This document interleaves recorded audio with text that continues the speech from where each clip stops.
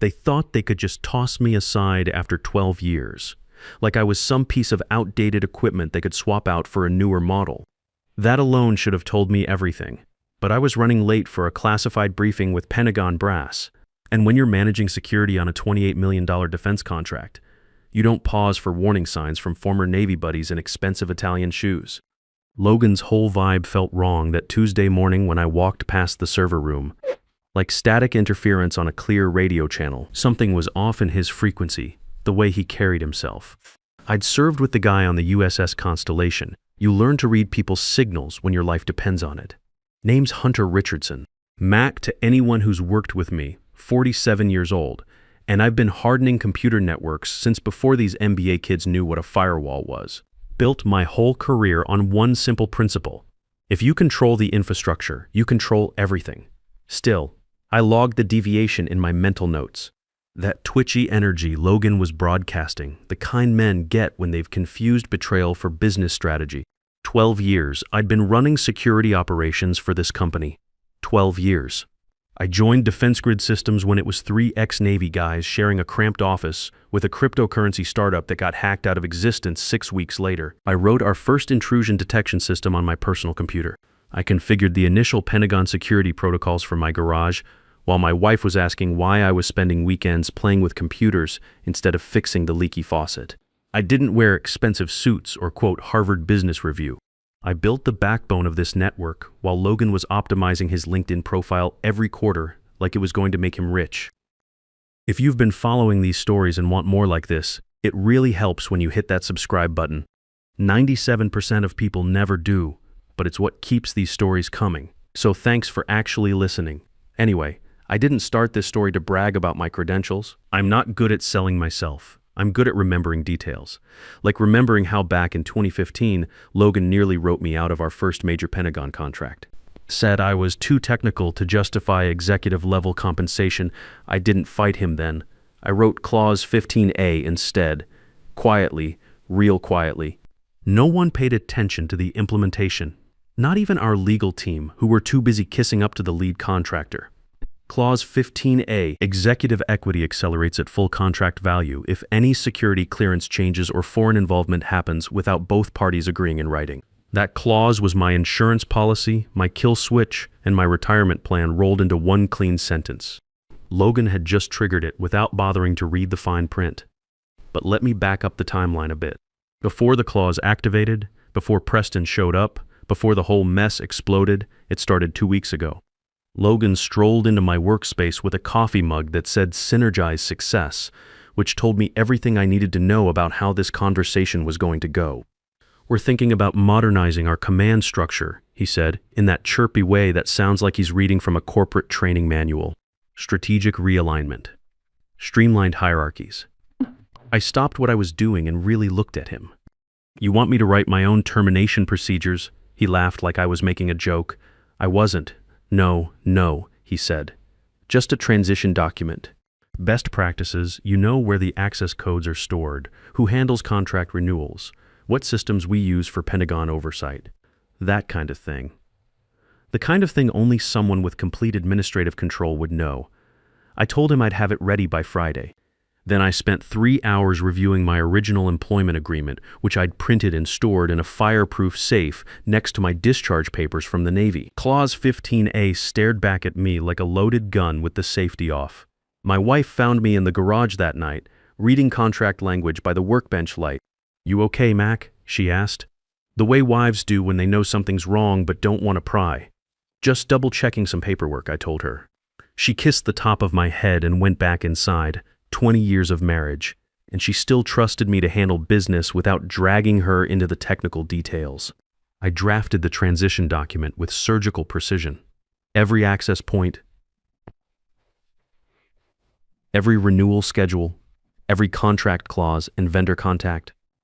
Then I added something extra, a little section labeled Provisional Authority Dependencies with just enough complexity to make any lawyer's head spin. Before sending it, I copied everything to my personal server, then I hit send.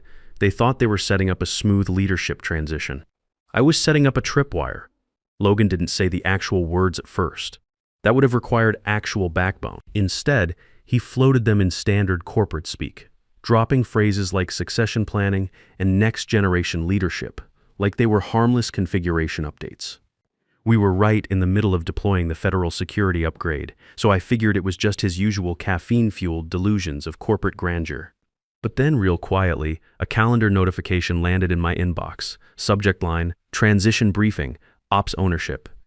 Addressed only to me. No backup recipients, just one line in the message body. Hi, can you outline everything you handle on the operations side? Full technical stack, all vendors, active contracts, renewal dates, compliance requirements, and where the security credentials are stored.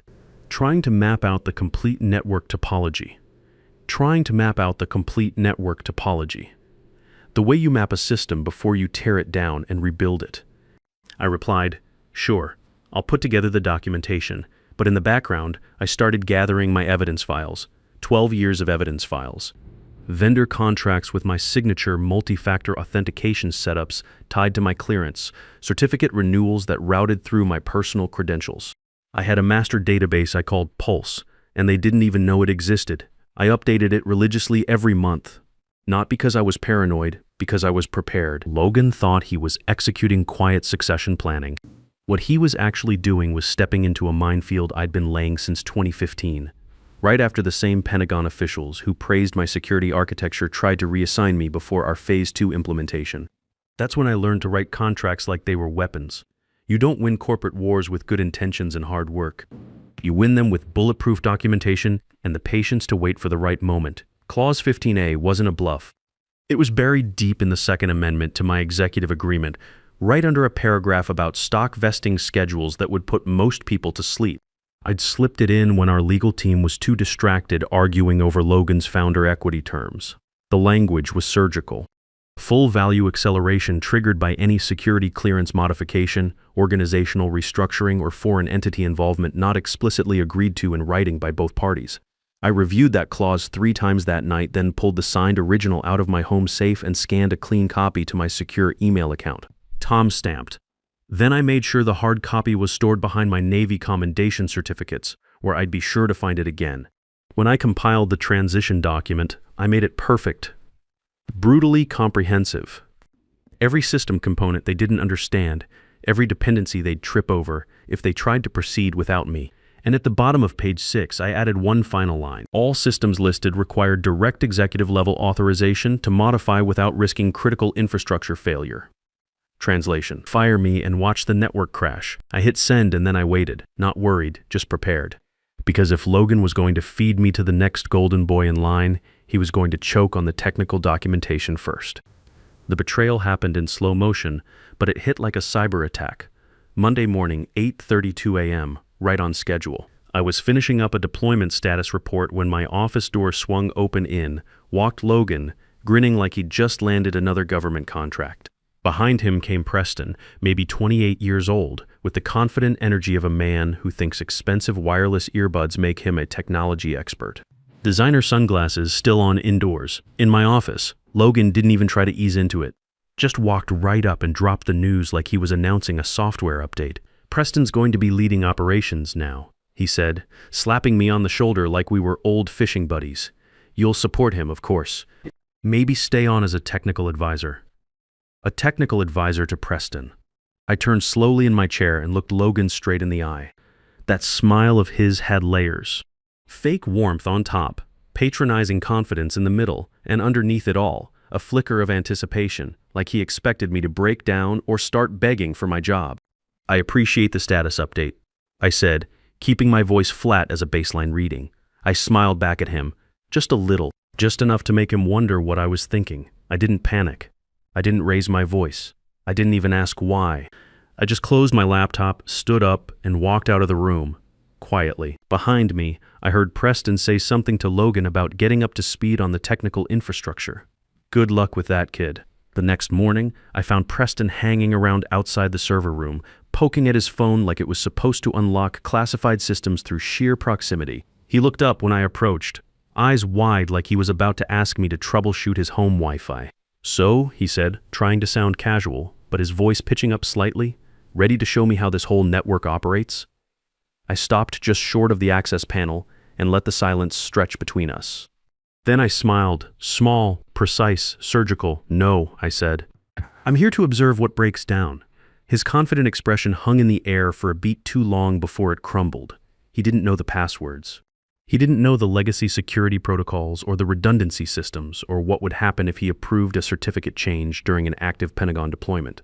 He didn't even know that most of our government interface credentials were still routed through authentication servers registered under my security clearance.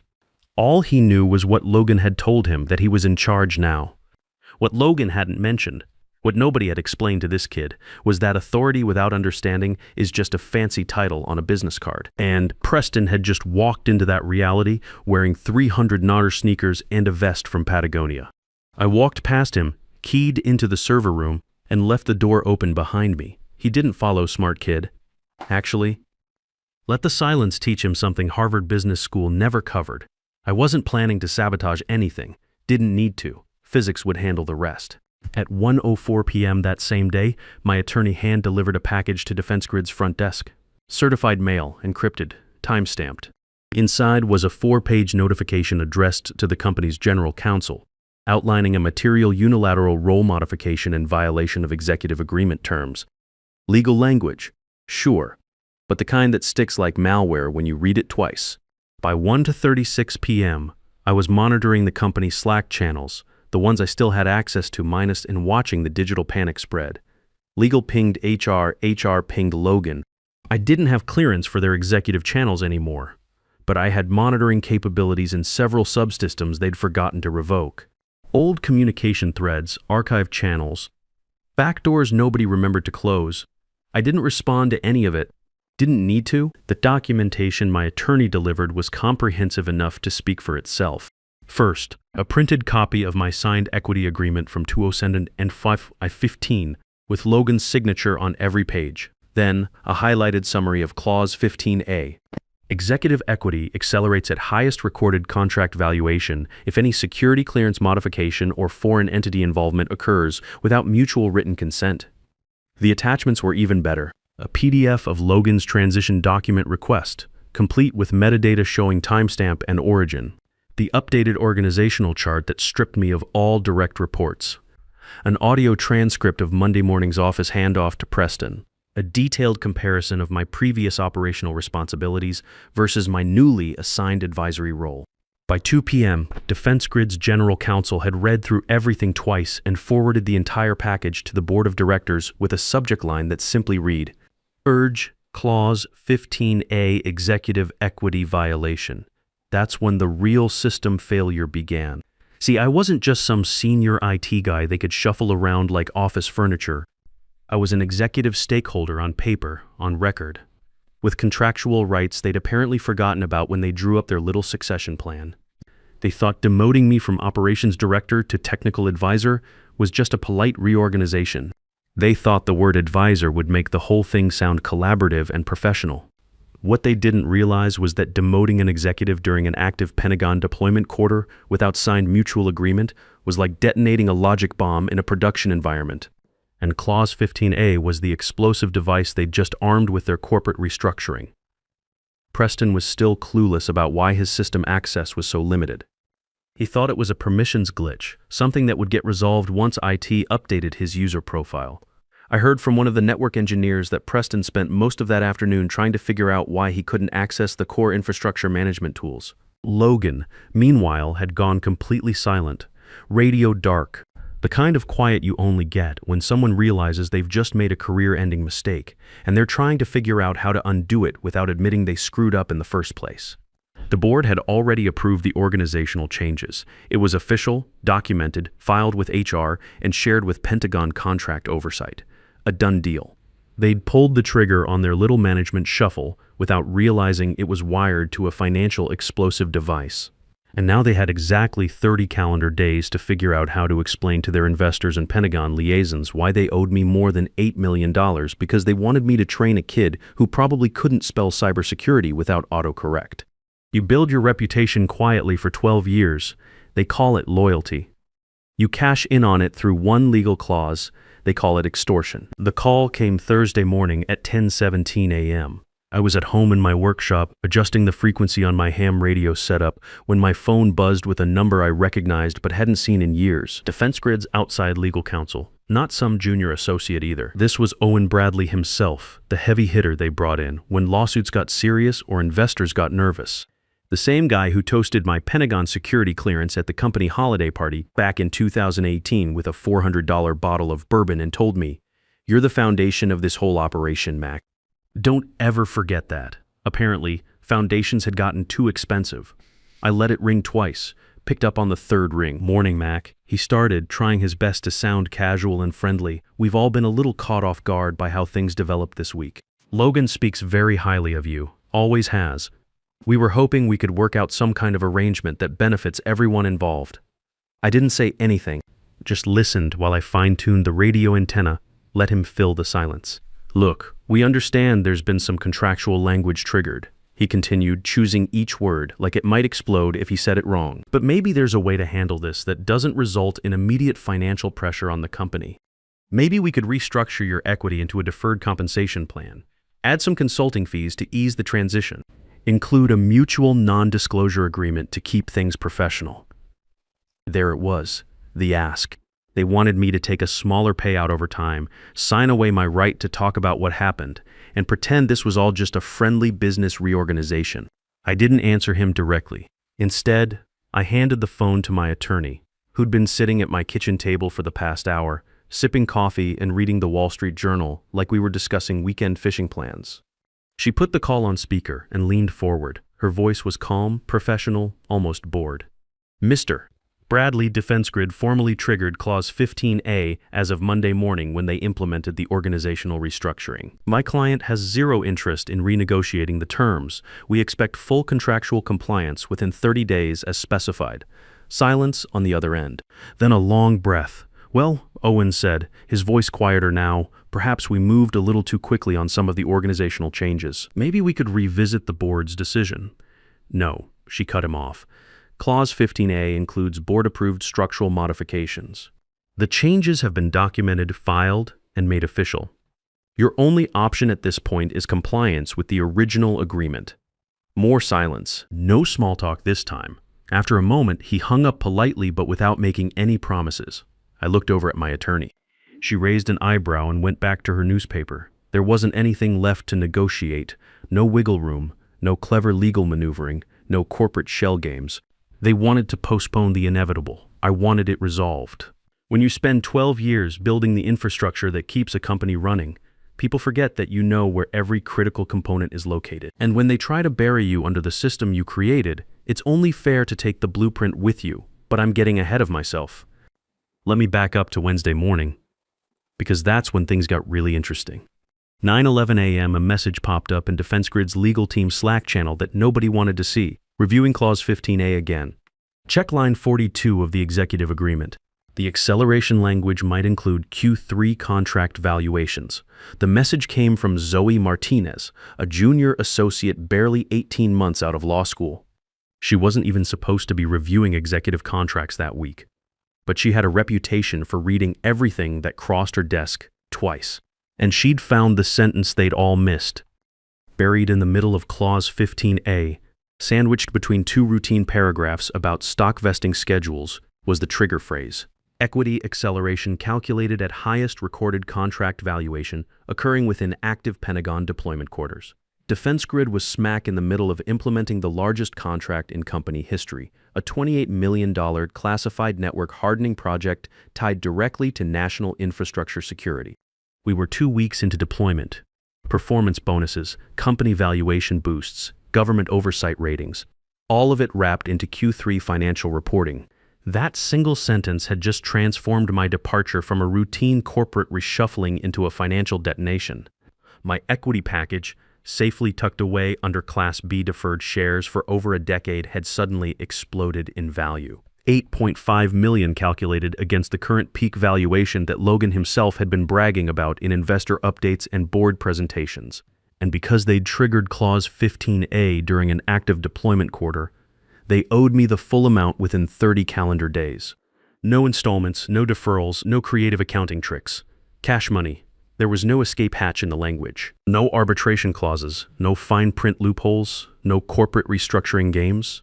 They'd built their entire Q3 financial success on the network architecture I'd designed, the security protocols I'd implemented, the vendor relationships I'd maintained, and the Pentagon connections I'd cultivated over 12 years of quiet, professional competence. They'd tried to extract me from the system like a defective component and forgotten that I wasn't just part of the infrastructure, I was the power source. Word of the discovery spread through DefenseGrid like a virus. I wasn't in the loop for most of the internal panic, but I had friends throughout the company who kept me informed. Someone from the finance department called a buddy of mine that afternoon and asked off the record whether I might be willing to settle for 60 cents on the dollar. My friend just laughed. "You obviously don't know Mac very well," she told him. Preston, meanwhile, was still completely lost in the technical wilderness. His biggest concern seemed to be that someone had reorganized the AWS management console and he couldn't find the right dashboard configurations. I heard from one of our network engineers that Preston spent most of Wednesday building a PowerPoint presentation called Modernizing Legacy IT Operations, like giving the problem a fresh corporate buzzword might somehow solve it. Logan had gone into complete communications blackout, radio silent. The kind of profound quiet you only hear when someone realizes they've made a mistake so catastrophic that any attempt to fix it will only make things worse. The board had already rubber-stamped the organizational changes. It was public record now, filed with HR, shared with Pentagon contract oversight, distributed to key stakeholders. A done deal that couldn't be undone without admitting they'd screwed up the entire process. They'd fired the trigger on their little management reorganization without bothering to check whether it was connected to a financial explosive device. And now they had less than 30 days to explain to their investors, Pentagon liaisons, and company shareholders why they owed me more than $8 million because they'd wanted me to train someone who probably needed help logging into his email account. The money hit my account on a Thursday. No fanfare, no phone call, no congratulatory email. Just a quiet electronic transfer notification that popped up on my banking app while I was having morning coffee with my wife. $8,500,000.00 plus $75,000 in late payment penalties because they'd tried to drag it out right up until day 29 of their 30-day deadline. The memo line read, "Executive equity settlement per clause 15A, nothing else. No acknowledgement, no apology from Logan, no admission of what they'd actually done. Just cold numbers and digital silence, exactly the way I designed it." I stared at the notification for about 30 seconds, then showed it to my wife. She looked at the screen, looked at me, then went back to her crossword puzzle like we'd just won a church raffle instead of the corporate lottery. "So what now?" she asked, without looking up. "Now I've finished my coffee," I said. "Then maybe I'll finally fix that leaky faucet you've been asking about for 6 months." She smiled at that. 23 years of marriage, and she still knew me better than I knew myself sometimes. At DefenseGrid, they put out a corporate communication that afternoon. Standard sanitized business language, all polished and vague, dancing around the truth without actually lying about it. Preston was being transitioned to a strategic consulting role focused on external partnerships. Logan was stepping back from day-to-day operations to concentrate on investor relations and capital development opportunities. Nobody used the word demotion, but everybody understood. And buried deep in the Q3 financial disclosures, on page 47, line 7C, sub-bullet 2, right after a section about forward-looking statements and liquidity management, was one sentence. "Executive equity acceleration executed pursuant to Clause 15A as previously disclosed." That was it. No headlines, no industry articles, no public embarrassment. But that's the thing about infrastructure work. It doesn't need spotlights and press releases. It just needs to hold when everything else falls apart. Every system I built over 12 years was still running. Every security protocol I'd implemented was still protecting their Pentagon contracts. The network architecture I'd designed back in 2016 was still the foundation of their entire operation. They hadn't just fired an employee, they'd built their future success on the technical framework I'd left behind. And every morning, Preston walked into an office wired for systems he didn't understand, using tools he hadn't earned, performing in a role that existed mainly on organizational charts. He'd won the title, but the infrastructure still responded to the voice that created it. 3 weeks after the settlement, I got a call from a Pentagon procurement officer I'd worked with for years. They were looking for an independent consultant to review cybersecurity protocols for a new $45 million defense network upgrade. Someone with experience in both military systems and private sector implementation. Someone they could trust. Interested? He asked. I looked out my workshop window at the garden. My wife had been planning for years, but never had time to plant because I was always working late, fixing other people's technical problems. Let me think about it, I said. I'll get back to you next week, but I already knew the answer. 2 months later, I was sitting in a congressional hearing room in Washington, testifying as an expert witness about cybersecurity vulnerabilities in defense contractor networks. The hearing had been triggered by a data breach at a major Pentagon supplier, not DefenseGrid, but a competitor who'd made the same mistake Logan did, prioritizing MBA credentials over technical competence. In your professional opinion, the committee chairman asked me, what's the most critical factor in maintaining secure defense networks? I adjusted the microphone and looked out at the room full of senators, Pentagon officials, and industry representatives. In the back, taking notes, I spotted a journalist from Defense Week magazine, Continuity. I said, you can't secure what you don't understand, and you can't understand systems you didn't build. The biggest vulnerability in any network isn't technical. It's organizational. When you replace institutional knowledge with organizational politics, you create security gaps that can take years to identify and fix. The chairman nodded and made a note. And in your experience, how common is this type of organizational vulnerability in the defense contracting sector? I thought about Logan, about Preston, about all the other companies making the same mistakes right now while convinced they were modernizing and streamlining. More common than anyone wants to admit, I said. That testimony became part of the official congressional record. It got quoted in trade publications, referenced in Pentagon procurement guidelines, and cited in academic papers about cybersecurity management. My name was attached to it permanently. 6 months after that, I had consulting contracts with 4 different defense agencies, a teaching position at the Naval War College, and a book deal to write about cybersecurity leadership in the modern defense industry. Logan's company, meanwhile, was struggling with system outages, vendor relationship problems, and Pentagon contract reviews. Nothing catastrophic, nothing that made headlines. Just the slow degradation that happens when you remove the foundation and expect the building to keep standing. Preston lasted another 8 months before quietly leaving for a strategic leadership opportunity at his father's consulting firm. Logan sold DefenseGrid to a larger defense contractor 18 months later at about 60% of what it would have been worth if they'd kept their technical leadership intact. I didn't gloat about any of it, didn't need to. The work spoke for itself. These days, I spend my mornings in the workshop, fine-tuning ham radio equipment and reading technical journals. Afternoons are for consulting calls with Pentagon officials who actually listen when I explain how network security really works. Evenings are for dinner with my wife, who finally got her garden planted and tells me I seem more relaxed than I've been in years. She's right. Turns out there's something deeply satisfying about building systems for people who understand their value, instead of trying to explain technical complexity to business majors who think expertise is something you can download from LinkedIn Learning. I'd built the perfect revenge, not out of anger, but out of structure. Not to destroy what I'd created, but to prove that some foundations are too important to tamper with. Because here's the thing about infrastructure work that business schools don't teach.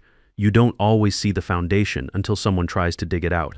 And when they do, they discover that what they thought was just another employee was actually the load-bearing wall holding up everything they'd built their success on. Logan learned that lesson the expensive way. Preston learned it the humiliating way. Me?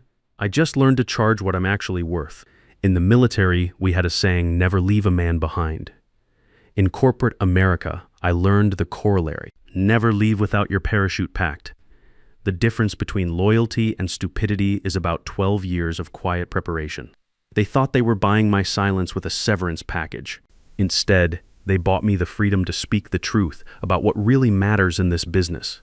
Competence over connections, preparation over politics, and the simple fact that respect isn't given, it's built one secure system at a time.